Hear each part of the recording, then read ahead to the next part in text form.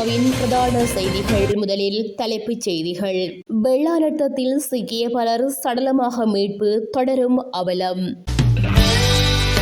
புயல் தொடர்பில் வளிமண்டலவியல் திணைக்களம் விடுத்துள்ள முக்கிய அறிவிப்பு. மீண்டும் ஒத்திவைக்கப்பட்ட உயர்தர பரீட்சை வெளியான அறிவிப்பு. சீரற்ற காலநிலையால் வீட்டிற்குள் புகுந்த சிறுத்தை புலி, மக்கள் அச்சம். வெள்ளத்தில் மூழ்கியது யாழ் போதனா வைத்தியசாலை, பணிப்பாளர் வெளியிட்டுள்ள முக்கிய செய்தி.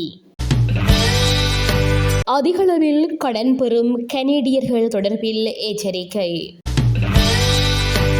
நாட்டில் நிலவும் சீரற்ற வானிலை காரணமாக இதுவரை 21 மாவட்டங்களில் பாதிப்பு ஏற்பட்டுள்ளது. அத்துடன் இயற்கை அனர்த்தங்களில் சிக்கி இதுவரை 6 பேர் உயிரிழந்துள்ளதாகவும் அனர்த்த முகாமைத்துவ மத்திய நிலையம் தெரிவித்துள்ளது. மேலும் நாட்டில் நிலவும் மழை, வெள்ளம் போன்ற அனர்த்தங்களால் 98,635 குடும்பங்களை சேர்ந்த 3,30,894 பேர் பாதிக்கப்பட்டுள்ளதாக அனர்த்த முகாமைத்துவ மத்திய நிலையம் தெரிவித்துள்ளது. அம்பாறை காரைதீவு மாவடிப்பள்ளியில் வெள்ள நீரில் அடித்துச் செல்லப்பட்ட மஸ்தரா மாணவர்களை தேடும் பணி இடைநிறுத்தப்பட்ட நிலையில் மீட்புப் பணிகள் மீண்டும் ஆரம்பமான நிலையில் காணாமல் போன 2 ஜனாசாக்கள் இன்று காலை மீட்கப்பட்டுள்ளன. மீட்புப் பணிகள் நேற்றைய தினம் இடைநிறுத்தி வைக்கப்பட்டிருந்த நிலையில் இன்று அதிகாலை மீண்டும் ஆரம்பமாகியிருந்தது. இதன்போது எஞ்சிய 2 சடலங்கள் ஆங்காங்கே கிடந்த நிலையில் மீட்புக் குழுவினரால் மீட்கப்பட்டுள்ளது. மீட்கப்பட்ட சடலங்கள் உளவு இயந்திர சாரதி மற்றும் நடத்துனர் ஆகியோரது உடலாக இருக்கலாம் என்று தெரிவிக்கப்படுகிறது. அதேவேளை நேற்று மாலை வரை 4 சடலங்கள் மீட்கப்பட்ட நிலையில் இந்த சம்பவமானது அம்பாறையில் பெரும் துயரத்தை ஏற்படுத்தியுள்ளது. நாட்டில் நிலவும் சீரற்ற காலநிலையால் மக்கள் பெரிதும் அவதிக்குள்ளாகி பாதிக்கப்பட்டுள்ளார்கள். கிழக்கு மக்கள் அதிகம் அனர்த்தங்களை எதிர்கொண்டுள்ளனர். இந்நிலையில் தென்கிழக்கு வங்காள விரிகுடா பகுதியில் ஏற்பட்ட ஆழ்ந்த தாளமுக்கம் இன்று அதிகாலை 2:30 அளவில் திருகோணமலையிலிருந்து கிழக்காக 100 கிலோமீட்டர் தொலைவில் நிலை கொண்டிருப்பதாக வளிமண்டலவியல் திணைக்களம் தெரிவித்துள்ளது. அது இலங்கையின் கிழக்கு கரையை அண்மித்து வடக்காக நகர்வதாகவும் இன்றைய தினத்துக்குள் அது புயலாக வலுவடையக்கூடும் எனவும் வளிமண்டலவியல் திணைக்களம் எதிர்வு கூறியுள்ளது. இதன் காரணமாக வடக்கு மாகாணத்திலும் திருகோணமலை மாவட்டங்களிலும் இன்றைய தினம் 150 மில்லிமீட்டர் வரையான பலத்த மழைவீழ்ச்சி பதிவாகக்கூடும். அதேவேளை வடக்கு, வடமத்திய மற்றும் வடமேல் மாகாணங்களிலும் திருகோணமலை மாவட்டத்திலும் மணித்தியாலத்திற்கு 60 முதல் 70 கிலோமீட்டர் வரையில் பலத்த காற்று வீசக்கூடும் என எதிர்பார்க்கப்படுகிறது.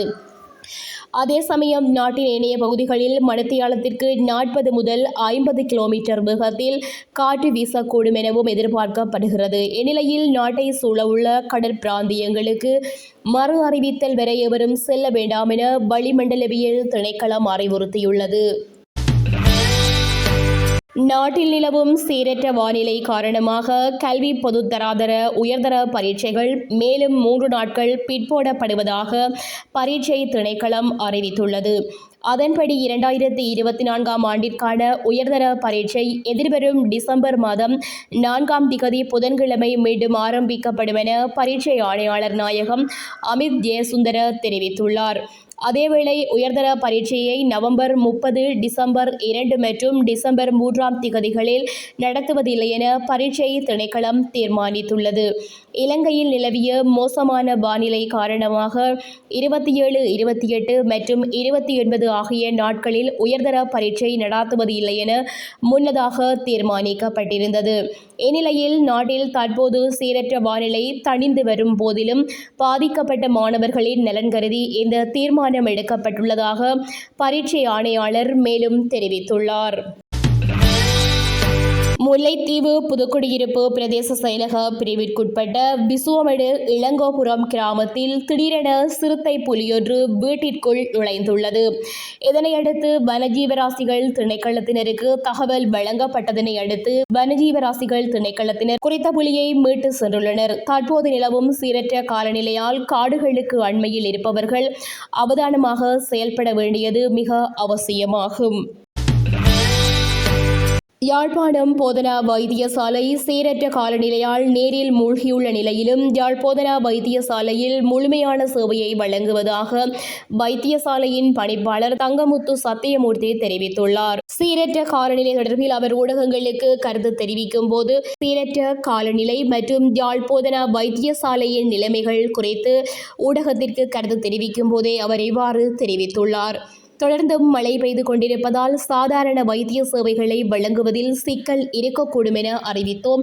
இருப்பினும் பெரும்பாலான ஊழியர்கள் மக்களுக்கான சேவைகளை வழங்க வேண்டும் என்ற நோக்கத்தில் கடமைக்கு வந்துள்ளார்கள். ஆகையால் அனைத்து சேவைகளும் வழமை போன்று இடம்பெறும்.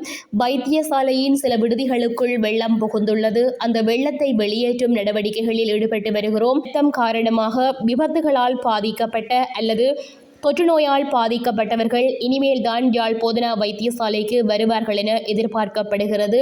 அத்துடன் எதிர்காலத்தில் டெங்கு தாக்கத்தினால் பாதிக்கப்பட்டவர்களும் வைத்தியசாலைக்கு வருகை தரக்கூடும் என சிலர் எதிர்பார்க்கின்றார்கள். ஆகையால் அவர்களுக்கு தேவையான சிகிச்சைகளை வழங்குவதற்கும் நாங்கள் தயாராக உள்ளோம். வைத்தியசாலையில் கடமையாற்றும் ஊழியர்களின் வீடுகளுக்குள் தண்ணீர் புகுந்து அவர்களும் பாதிக்கப்பட்டுள்ளதால் அவர்களது வரவு குறைவாக இருக்கும் என்ற அடிப்படையில் தியேட்டர்களின் சேவைகள் அல்லது சத்திர சிகிச்சைகள் இடம்பெறாது என அறிவித்தோம். இருப்பினும் அவர்கள் மீண்டும் கடமைக்கு வந்துள்ளதால் அனைத்து சேவைகளும் வழமை போன்று இடம்பெறும் என தெரிவித்துள்ளார். கனடாவில் வாழ்க்கை செலவு அதிகரிப்பு காரணமாக கூடுதல் அளவில் மக்கள் கடன் பெற்றுக் கொள்வதாக தெரிவிக்கப்படுகிறது. அண்மையில் எக்குஃபெஸ் அன்ட்ரான்ஸ் யூனியன் என்ற நிறுவனம் வெளியிட்டுள்ள அறிக்கையிலேயே இந்த விடயம் குறிப்பிடப்பட்டுள்ளது. இந்த அதிகளவான கடன் பெறுகையானது கடன் மற்றும் கடன் அட்டை கொடுப்பனவுகளை தவறவிட செய்வதாக தெரிவிக்கப்படுகிறது. இந்த ஆண்டின் 3 ஆண்டு காலப்பகுதியில் வாடிக்கையாளர்களின் கடன் தொகை 2.5 டிரில்லியன் டாலர்கள் என தெரிவிக்கப்படுகிறது. இந்த ஆண்டு 3ஆம் காலாண்டுடன் ஒப்பீடு செய்யும் போது 4.1% அதிகரிப்பு என குறிப்பிடத்தக்கது. அதிக அளவு தொகையை கடன் பெற்றுக் கொள்வது கடன் தவணைகளை உரிய நேரத்தில் செலுத்த முடியாத நிலையை உருவாக்கும் என தெரிவிக்கப்படுகிறது. உரிய நேரத்தில் கடன் செலுத்த தவறவிடப்பட்ட சந்தர்ப்பங்கள் 2 வீதத்தினால் உயர்வடைந்துள்ளது.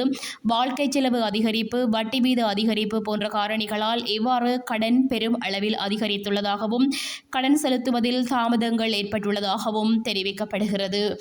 இத்துடன் செய்திகள் நிறைவடைகின்றன. மேலதிக செய்திகளை www.todayjefna.com என்ற இணையதளத்தில் பார்வையிடலாம்.